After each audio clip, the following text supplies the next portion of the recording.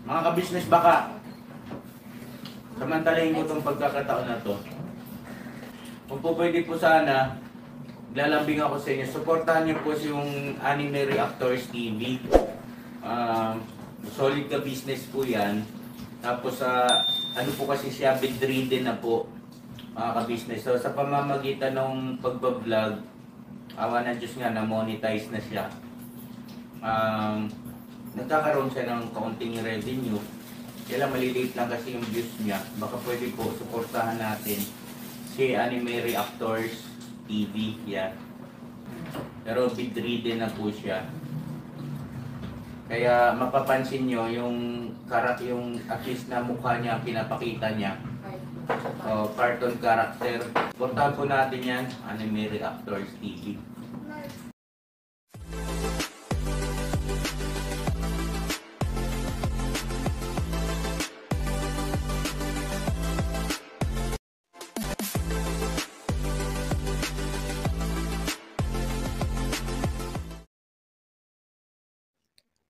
Hello guys, mapagpalang araw po sa ating lahat. Narito pong muli ang inyong lingkod, Anime Reactors TV. At sa mga hindi pa po nakaka-subscribe dyan sa aking munting channel, ay baka pwede naman pong makipindot na po na subscribe button. At makilike and share na rin po ng aking mga video. At patuloy din po natin suportahan ang Mag-amang Ka-Business Official at Papa Dins TV. At ganun din po yung kanilang second YouTube channel na Ka-Business Family.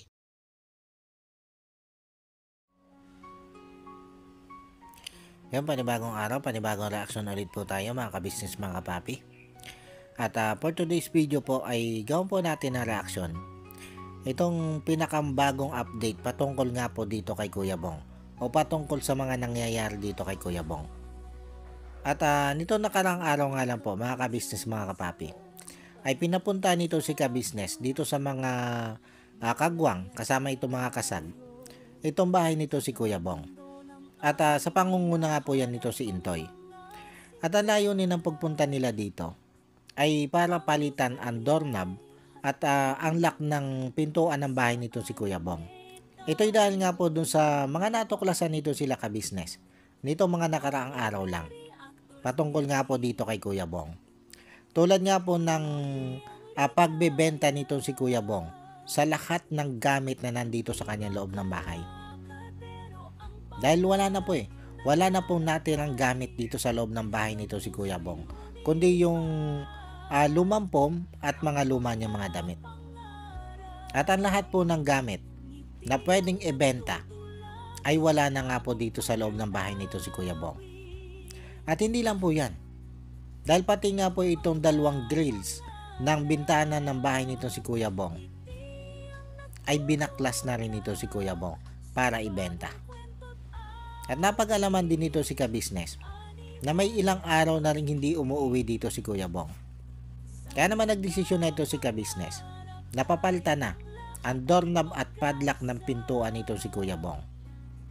Dahil ayon din dito sa mga kapitbahay nito si Kuya Bong, ay pag pumupunta dito si Kuya Bong, ay may isinasama itong mga barkada na pinapapasok niya dito sa loob ng kanyang bahay. Kaya ang isang inaalala din dito ni ka-business ay baka itong bahay na ito ay nagagamit na rin sa gawaing iligal. Tulad nga po ng pagpapapwesto sa mga gumagamit ng ipinagbabawal na gamot. Kaya naman nagkaroon ng isang desisyon itong si ka-business patungkol dito sa bahay na ito ni Kuya Bong. At ito nga po ay ang pansamantala niyang i-take over muna ang bahay na ito. At pansamantala nga pong patirahin muna dito itong si Kuya Damulag.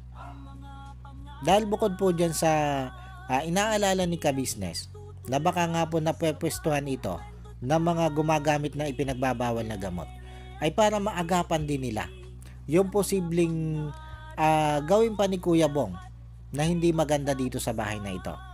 Katulad nga halimbawa po ng pagbaklas niya sa mga materialis ng bahay na ito para ibenta.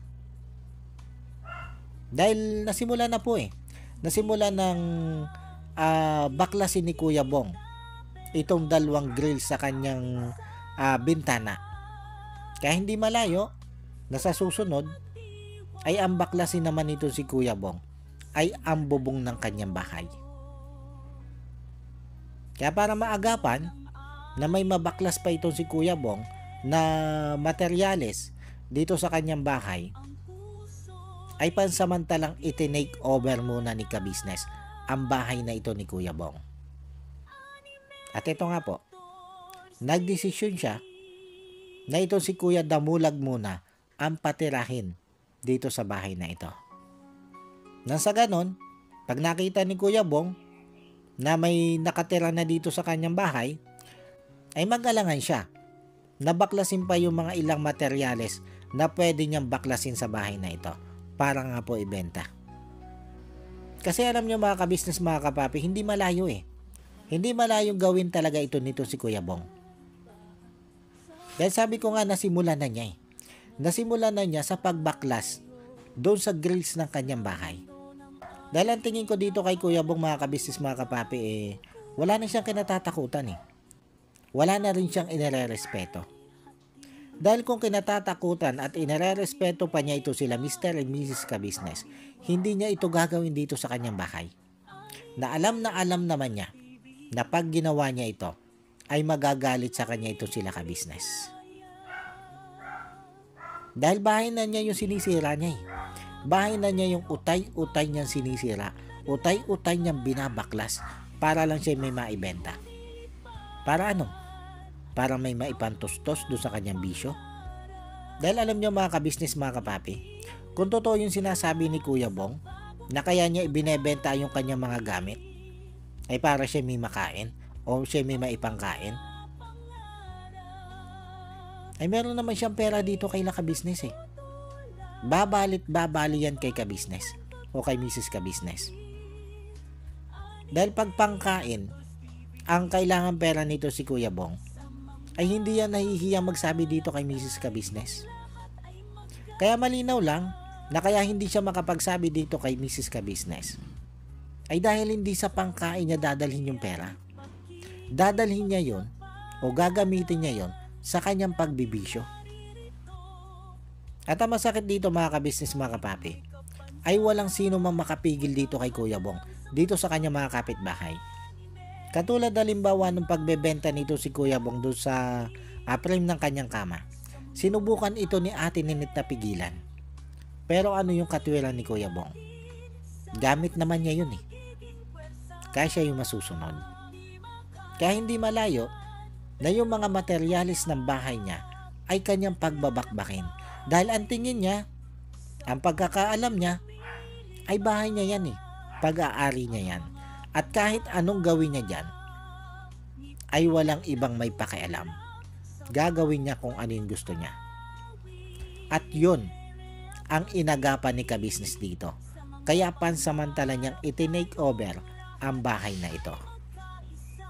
Ay sa tingin ko nga kung ang papel ng bahay na ito ay na kay Kuya Bong, ay baka matagal na ito na ibenta nito si Kuya Bong. Buti na nga lang na ang papel nitong bahay na ito ay hawak ni Mrs. Ka-Business. Dahil kung nagkataong na kay Kuya Bong yung mga papel ng bahay na yan, ay malamang sa malamang matagal nang naibenta ni Kuya Bong ang bahay na yan. Dahil sa totoo lang mga ka-business, mga kapapi, itong si Kuya Bong, may karanasan na yan dyan sa pagbebenta ng mga ari-arian. Hindi lang yan pong patungkol dyan sa mga gamit sa bahay. Hindi lang yung patungkol doon sa kanyang bike, kundi sa mismong ari-arian. Dahil itong mga naiwang ari-arian kay Kuya Bong, nitong mga pumanaw na magulang niya, ay mismong si Kuya Bong pala ang nagbenta. At yan po ay mismong nanggaling dito sa kamag-anakan ng kinilalang nanay nito si Kuya Bong. Na itong si Kuya Bong nga daw po ang nagbenta ng kanilang mga ari-arian o ng mga ari-arian na naiwan nitong kinilalang magulang nito si Kuya Bong. At yan po ay mismo sinabi nitong kamag-anakan ng nanay ni Kuya Bong dito kay Ka-Business nang kaharap itong si Kuya Bong. Kaya kumpirmado po na itong si Kuya Bong mismo ang nagbenta nung kanyang mga ari-arian yon. Wala pong iba. At ibinenta lang po niya yon sa napakamurang halaga. Kaya para sa akin, ito na yung pinakantamang ginawa ni ka-business. Ang i-take over muna itong bahay na ito ni Kuya Bong. Bago pa nga po may magawa itong si Kuya Bong na hindi maganda sa bahay na ito. Una nga po ay ang pagbaklas nitong si Kuya Bong sa mga materialis ng bahay na ito. Ay kung makikita ni Kuya Bong na may nakatira nga dito at si Kuya Damulag na nakatira dito, ay syempre hindi na niya magagawa kung ano yung pwede niyang hindi magandang gawin sa bahay na ito. Dahil ang tingin ko ngayon dito kay Kuya Bong, mga ka-business, mga kapapi, wala na siyang kinatatakutan eh. Wala na rin siyang inirerespeto. Dahil kung may takot at respeto pa siya dito kay Mr. and Mrs. ka-business, ay hindi niya sisirain yung bahay na yan. Hindi niya babakbakin yung grills na yan para lang siya may maibenta. Ay wala eh. Ginawa niya. Binakbak niya. Wala siyang pakialam kahit magalit itong sila Mr. and Mrs. ka-business sa ginawa niyang yon. Ang mahalaga, nagkaroon siya ng pambenta para may maitustos siya doon sa kanyang bisyo. Ganun na yung nakikita kong pag-uugali nito si Kuya Bong sa ngayon. Wala siya nang ginagalang. Wala na siyang inirerespeto.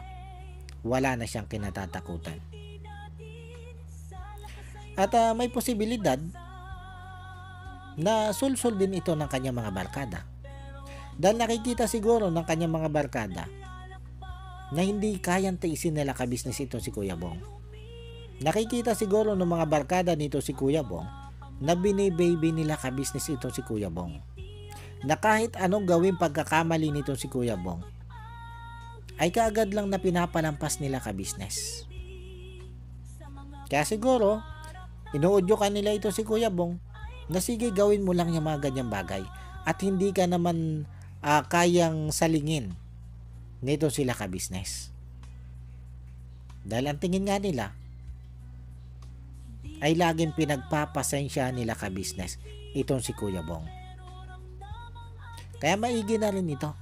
Maigi na rin na nagpakita itong si ka-business ng ngipin dito kay Kuya Bong. Para kahit yung mga barkada ni Kuya Bong ay maramdaman nila na itong si ka-business ay seryoso doon sa sinabi niya nung huling magkausap itong si Kuya Bong at itong si ka-business. Bago nga po magbakasyon itong si Kuya Bong. Kasi wala eh. Nakikita natin yung sobrang pagbabaliwala nito si Kuya Bong dito kay Mr. and Mrs. ka-business.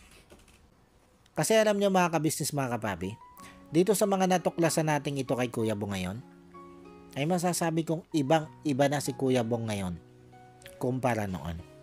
Noon kasi nakikitaan pa natin ng paggalang, respeto, at takot itong si Kuya Bong dito kay Mr. and Mrs. ka-business.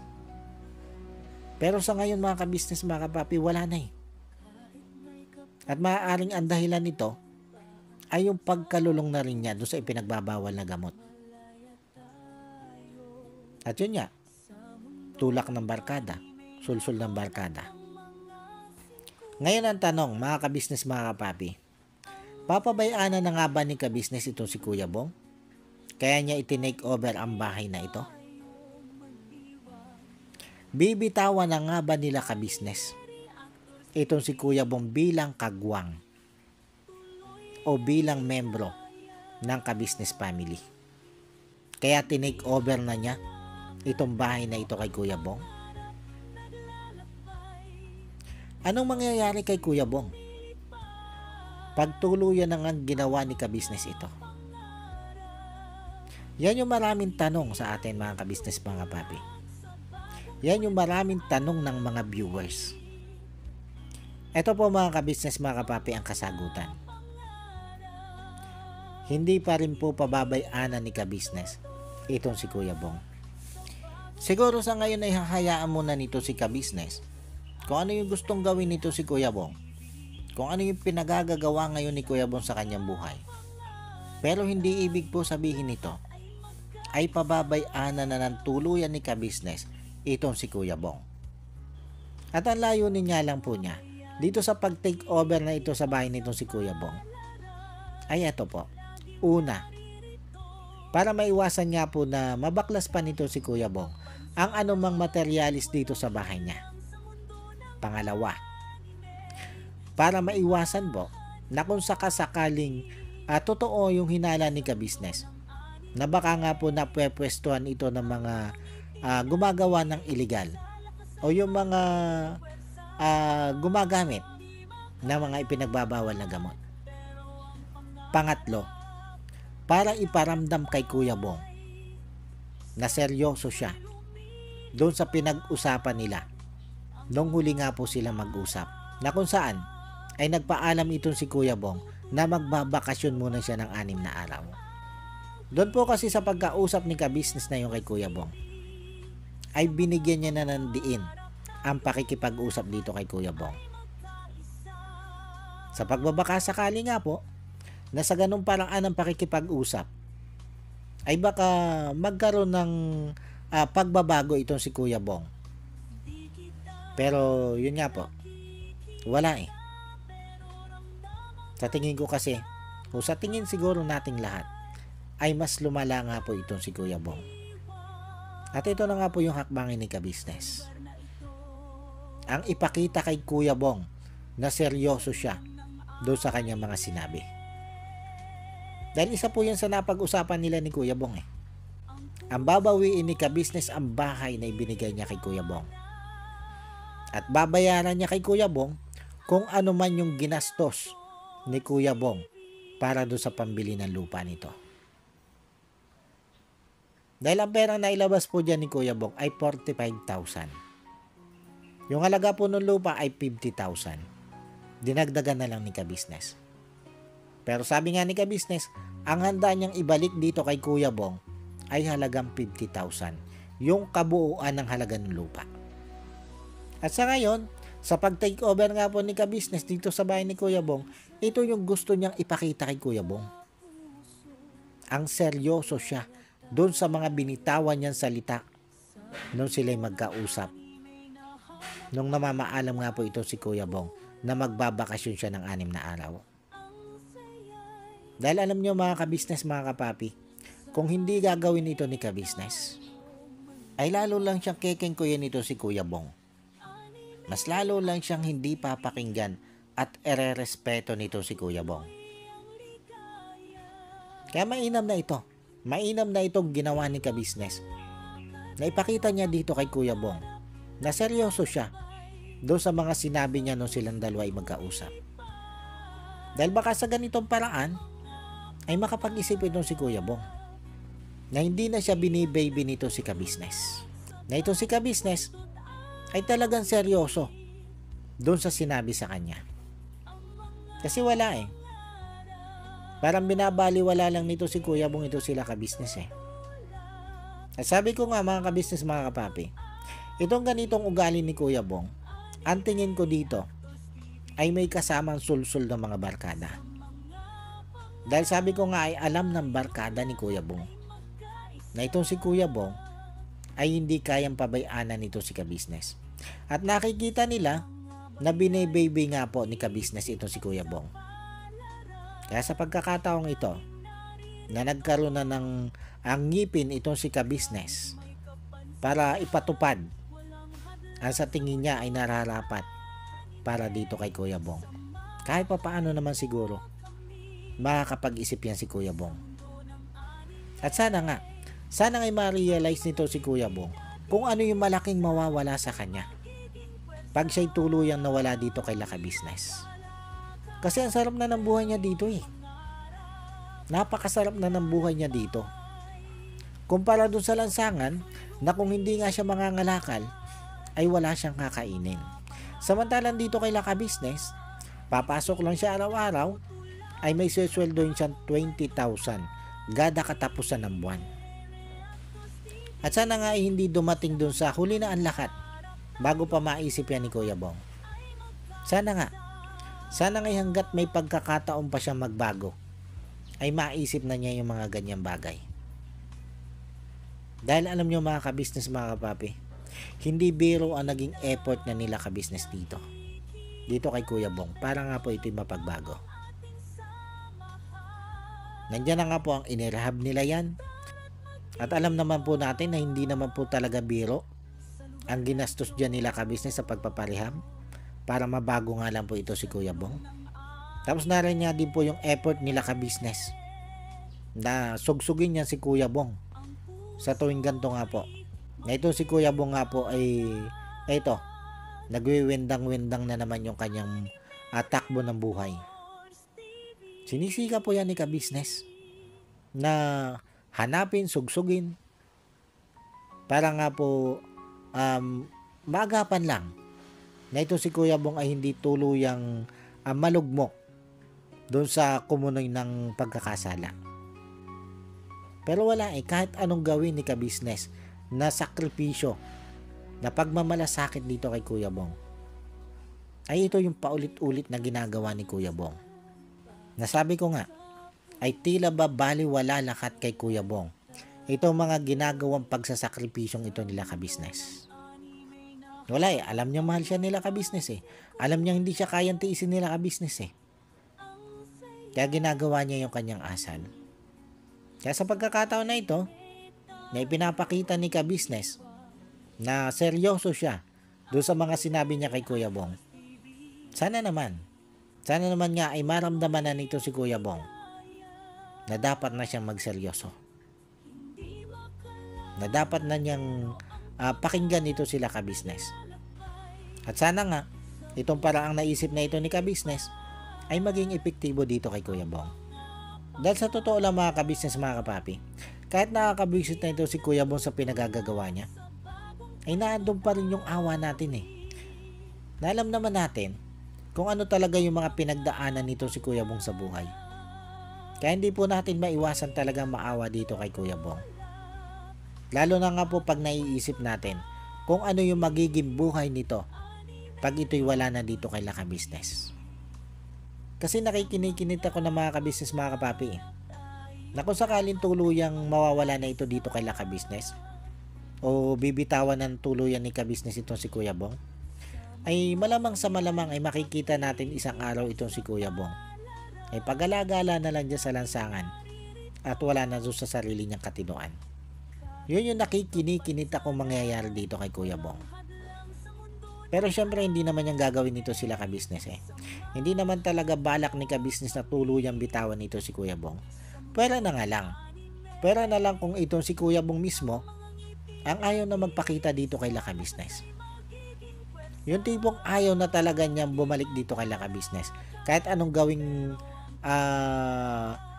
pagsusumikap nila ka-business na baguhin pa o ibalik itong si Kuya Bong dito sa ka-business family o dito sa ka-business house. Kung ganun yung mangyayari, wala na rin naman magagawa sila ka-business kundi ang tuluyan niyang bitawan nito si Kuya Bong. Dahil hindi naman nila pwedeng pilitin ito si Kuya Bong Kilala natin yan si Kuya Bong. Pag sinabi niyang ayaw niya na talaga. Hindi mo yan kayang pilitin. At pag nangyari yon, doon na mapipilitan ito si ka-business na talagang tuluyang bitawan na si Kuya Bong kahit masakit sa kanyang kalooban. Pero yung sabihin mo na sila ka-business ang magdidesisyon na bibitawan na ito si Kuya Bong, malabo yan mga ka-business, mga kapapi. Malabong mangyari yan. Dahil alam nga po natin na ito si ka-business ay mahal na nito si Kuya Bong. Dahil itinuring na nga po nila itong si Kuya Bong na totoong membro ng kanilang pamilya. Kaya kung manggagaling mismo dito kay ka-business ang pagpapasya, nabibitawan niya ito si Kuya Bong. Napakalabo pong mangyari niyan, mga ka-business, mga kapapi. Pero pwede pong mangyari yan kung sakaling itong si Kuya Bong na talaga mismo ang aayaw na dito kay ka-business. Wala na pong magagawa doon si ka-business. At sana nga hindi dumating sa ganung punto si Kuya Bong na talagang ayaw niya ng magpasakop doon sa mga magagandang plano para sa kanya nito si ka-business. Dahil wala namang ibang hinanga dito si ka-business para dito kay Kuya Bong kundi ang mapabuti itong si Kuya Bong. At alam yan ni Kuya Bong. Hindi ko nga lang maintindihan dito kay Kuya Bong ay bakit pag nabuyo siya ng mga barkada niya ay wala na. Hindi na niya matanggihan yung kanyang mga barkada. Kahit alam niyang mali yung kanyang ginagawa. Basta hatak ng barkada, hindi na niya matanggihan. Kaya yun yung nangyayari sa kanya. Nalulugmok siya sa pagkakasala. Ay syempre yung mga barkada niya ni Kuya Bong, wala naman talagang kanyan. Walang concern yan kay Kuya Bong. Hindi naman talaga nila iniisip kung ano yung makabubuti dito kay Kuya Bong eh. Ang iniisip lang nila kung papaano nila mapapakinabangan ito si Kuya Bong. Yun lang ang iniisip niya mga barkada ni Kuya Bong na yan. Pero yung para ikabubuti ni Kuya Bong, imposible. Imposible nilang isipin yan. Ayaw nga nila mapabuti itong si Kuya Bong eh. Dahil once na mapabuti itong si Kuya Bong, wala na sila magiging pakinabang dito. Yun yung totoo. Kaya sana bago mahuli ang lahat, sana'y mapag-isip-isip yan ni Kuya Bong. Yan ay kung may isip nga ba itong si Kuya Bong patungkol sa mga ganyang bagay. Dahil sa nakikita natin, dahil nga lulong na ito si Kuya Bong doon sa kanyang mga hindi magandang gawain, eh tila ba wala nang ganitong pag-iisip si Kuya Bong eh. Tila ba hindi na niya naiisip yung maganda para sa kanyang sarili. Ang naiisip niya lang ay doon siya masaya. Yun lang. Pero sana isang araw ay may magpamulat dito kay Kuya Bong na nandito kay Laka Business ang pag-asa niya magbago. Ang pag-asa niyang mabago ang kanyang buhay. Sana nga. Sana'y dumating ang araw na yan para dito kay Kuya Bong. Paano po mga ka-business mga kapapi? Hanggang dito na lang muna ulit po. At sana po'y nagustuhan nyo itong aking reaction video na ito. At muli po ay maraming salamat po sa patuloy pong sumusuporta at sa patuloy pong nanonood sa aking mga nare-reaction ng video. Maraming salamat po. At sa mga hindi pa po nakaka-subscribe dyan sa muntikong channel, ay baka pwede naman pong makipindot na ng subscribe button at makilike and share na rin po ng aking mga video. At bago po tayo tuluyang magtapos, ay gusto ko lang pong i-shoutout itong sila Ma'am Nerissa ng New Jersey. Shoutout po sa inyo ma'am at maraming salamat din po sa patuloy nyo pong pagsuporta at sa wala nyo din pong sawang panonood sa aking mga nare-reaction ng video. Maraming salamat po ma'am. At ganon din po dito kay Ma'am Elena Capillo. Shoutout po sa inyo ma'am at maraming salamat din po sa patuloy nyo din pong pagsuporta at sa wala nyo din pong sawang panonood sa aking mga nare-reaction ng video. Maraming salamat po ma'am. At shoutout din po dito kay Idol Wakiwak TV. Shoutout po sa inyo idol. At ganon din po dito kay Sir Jewel Channel. Shoutout po sa inyo sir. At ganon din po dito kay Papa Sundot. Shoutout po sa inyo Papa Sundot. At ganon din po dito sa mga magigiting na kagwang ni Ka-Business na sila Kagwang Intoy Official, Kagwang Bay Papaya Official, Kagwang Buknoy Official, Kagwang Bornok Official, Kagwang Bugi Official, at dito nga po sa pasaway na si Kuya Bong Official o Kagwang Bong Official. At ganoon din po dito kay Kagwang Damulag Official. Shoutout po sa inyo. At suportahan po natin ang mga channel po ng mga kagwang. At ganoon din po dito sa mga kasamahan ko reactor na sila Taong Gala, Kalingap Turak, Katangay PLC, Mamplers Channel, MK Inday Okray TV, Annalisa Reality Vlog, Alminda Mix Vlog, at Joyce 27 TV. Shoutout po sa inyo. At muli po ay maraming salamat po at God bless po sa inyong lahat. Anime Reactors, shoutout po. Suportahan natin yan si Anime Reactors TV. Yan, pakisupport po natin. Siya po ay isang bedridden na mga ka-business. Check nyo po yung kanyang YouTube channel, Anime Reactors TV. Siya po siyang bedridden na, ayan, kahit paano nakakagawa-gawa siya ng mga reaction video patungkol sa Ka-Business Official. Suportahan po natin para kahit paano magkaroon siya ng revenue. May magamit siya sa